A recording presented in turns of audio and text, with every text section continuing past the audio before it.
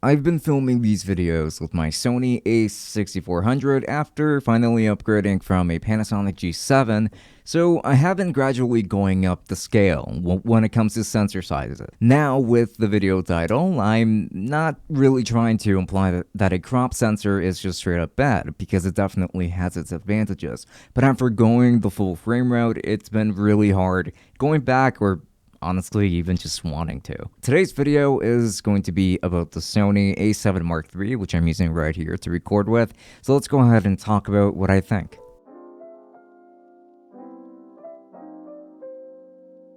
This video is sponsored by Viola Wave, the makers of a portable professional microphone sterilizer for just about any microphone you own. I have a bunch of different sizes here in order to suit whichever microphone you need to keep clean and sterile at all times. And undo the bottom, and then place your microphone inside, and then right after go ahead and screw it back on, and then press the V button in order for your microphone to be sterilized. They actually have many different models here, and one of my favorites is actually the Rocket model over here because it fits just about any microphone, and especially during these trying times, the Viola Wave professional microphone sterilizers are incredibly useful and makes me feel safer about sharing my microphones with others since I can just go ahead and sterilize it right after. Purchasing links are going to be down in the description, and a very special thanks to the folks over at Viola Wave. Thank you for supporting this channel.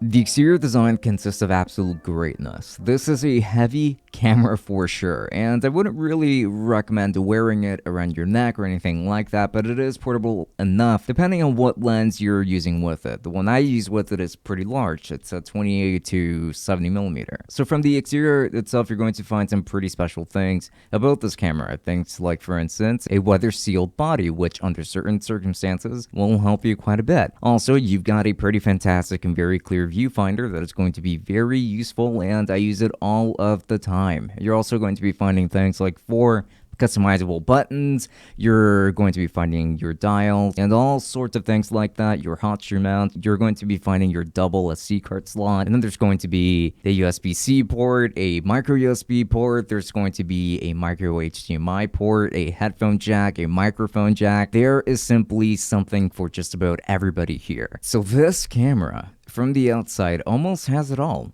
and I absolutely love having all of this flexibility for it. So we also get a pretty great display here that is indeed touch sensitive and does look very good. It is a larger screen than what I'm used to seeing on just about any camera, but this is my very first full frame camera after all, so yes. Everything is very clear on this display, and you can tap to focus, which is very fast on this camera, but you cannot use it to navigate your menus or anything like that. Not with the touch functionality, at least. And by the way, autofocus on this camera is stupid fast. I found it to be incredible, actually. But there's something that does genuinely bother me, and it's the fact that an $1,800 camera, roughly, or just more or less, can't really have a fully articulating display. So you can't flip this over by any means, and it's been pretty stiff when I'm trying to articulate it somewhat. Now, it was the case as well with the Sony A6400, but this one does actually let me tilt it all the way over. It is unfortunate because I cannot use it to actually monitor myself and, like make sure that I am actually in frame. I kind of just have to guess. Or just have an external monitor for it, which I do have. Either way, there are still solutions for it, so, you don't have to suffer like I've been. And now we are going to be talking about the image quality very soon, so I wanted to actually mention that I have been using the stock 28 to 70mm lens, which isn't very wide, but can zoom pretty far nonetheless. Because it is a full-frame lens on a full-frame camera, you are getting the entire field of view that you should be getting. So no equivalency comparisons needed at all, and this is the first time I don't have to do anything like that. But enough about that. Let's go ahead and talk about the actual picture quality, and by this, I literally mean its performance when taking pictures. I've been using this camera to take pictures for the past month or so, and I've almost always been happy with the results that this camera delivers on. You get fantastic shallow depth of field, where the camera very clearly distinguishes the subject from the background, or just other things that are not really meant to be the focus. Pun absolutely intended. So when it comes to photographing people, objects, but even with, let's say, landscape photography and things like that, this is going to be a great camera. And because it is a full frame camera, it requires less fiddling in order to get good lighting and less graininess in photos, which does help quite a lot. Obviously, especially under low light situations, that's going to be the case. But oftentimes, the ISO stays extremely low, probably going up to 250 at the highest to get a great image. I can absolutely see why so many photographers go with this camera, because it truly is an amazing camera. And now onto a more familiar field, video recording. This camera can record at up to 4K 30 frames per second, and it does do higher frame rates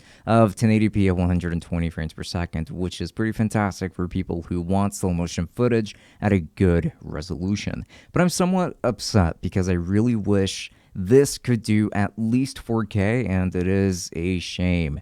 This is still a very powerful camera for filming, as it is my main camera for YouTube and the camera that I have been using to film this exact same video, for instance. You will see that I am completely in focus and that the things around me are still going to be in focus while the background itself behind me is completely blurred. And with enough light, this is possible for this camera very easily, and I am a big fan of that aspect. I believe that there has been a drastic improvement in the image quality from my A6400 to my A7 Mark III from the same distance, with both of their respective stock lenses at different ISO levels, but as low as possible to remain comparable. So yeah, the improvements are definitely there. Now, my A7 Mark III has built-in stabilization as well, and the lens has optical image stabilization, but there is still some wobbling, of course. It's never been for super steady shots or anything like that, while just recklessly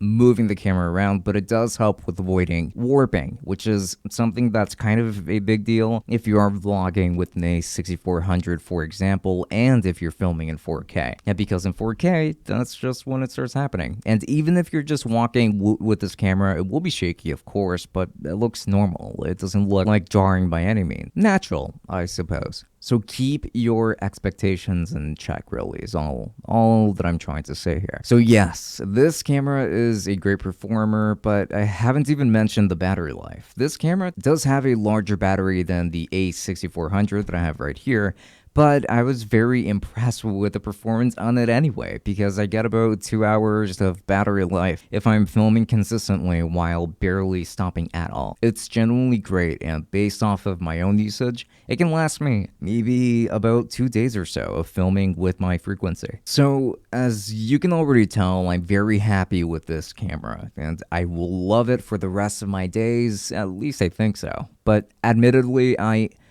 I'm probably just this impressed because this is my very first full frame experience.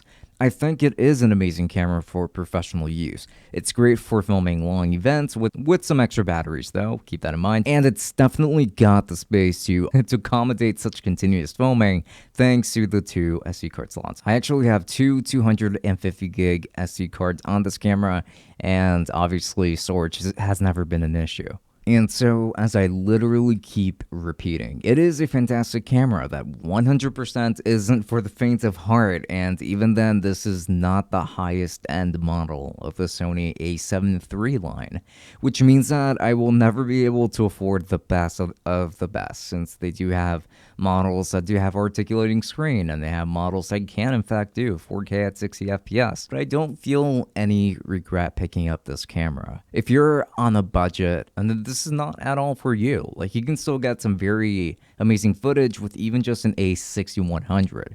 So if you wanted a very premium camera with a higher budget like this, for instance, this is a fantastic contender. But I'm also speaking from the perspective of someone who started using full frame for the first time about a month ago, so I do encourage you to look at other people's opinions too, because there could very well be better options out there. I just really happen to like Sony's offering this time around. So yeah, I think they did a great job, of course. And if you're interested in getting this camera, then I will be making sure to leave affiliate links down below in the description, of course, and I am going to leave a link to the lens that I'm using and potentially some other ones that I would like to use with it too, like in case you are interested in any of these. And because none of this is cheap, I'm going to be including ABUNDA links that are going to allow you to finance these things as you go versus just having to pay for it outright. You don't even need a credit card of your own. So links to that down below. And if you do use any of my links, I do get a small commission that does support the channel quite a bit. So I would appreciate that quite a bit.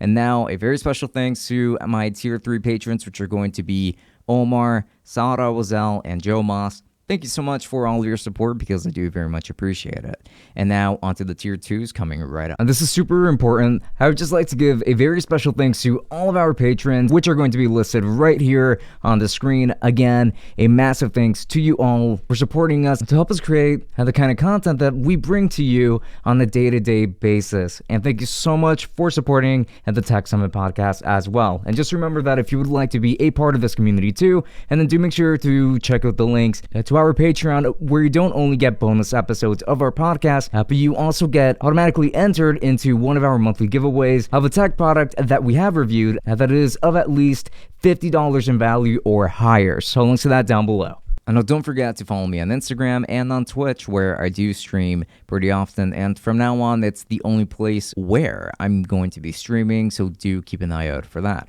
And with that said, this has been Francisco from Tech Summit. Thank you for watching, and I do hope that you've enjoyed this video. So until next time, enjoy.